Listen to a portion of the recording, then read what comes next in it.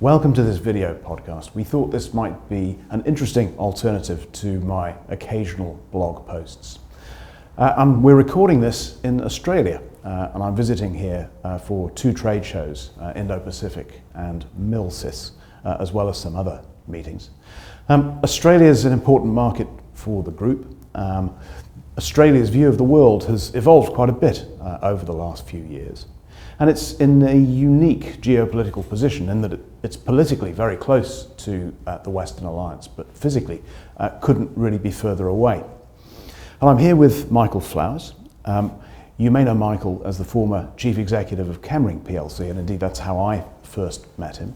But as an Australian who's also had pretty extensive UK business experience, he's in a unique position to be able to talk about the defence industry in both the UK and in Australia, and how the UK can most effectively work in Australia as well.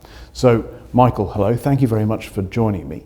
I wonder if we can start by asking you a little about your background and how you got into all of this. How did you first get into defence and what attracted you into that? Certainly, and thank you for inviting me along, and it's a pleasure to be able to talk to you. I've been involved in defence for 45 years. I left home, joined the Army in 1979, did my engineering degree at the Royal Military College, and had a 22-year career in the military as an engineering officer, working numerous places around the world, including with the British Army in Germany, and training at the Royal Military College of Science in Cranfield. So a relatively long Army career.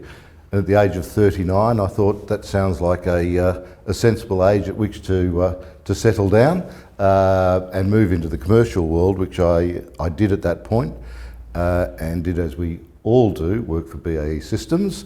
I still have the scars to prove that. Work with BAE on a number of programs, focusing on the air-to-air missile and naval electronic warfare areas, which of course had absolutely nothing to do with anything I did whilst I was in the military. So I completed that for about 5 years, and a couple of great programs, the ASRAAM missile program, which people will know, and the NOLCA off-board electronic warfare naval decoy, which is a little less known, which is a combined US-Australian program. After that, I joined Chemring as Managing Director of Chemring Australia, or Paynes Wessex Australia as it was then. Was with Chemring Australia for 6 years, then moved to the United Kingdom at the behest of the then chairman, and ran and effectively was put in to sell the European munitions businesses in Belgium and Italy, which I did after a year.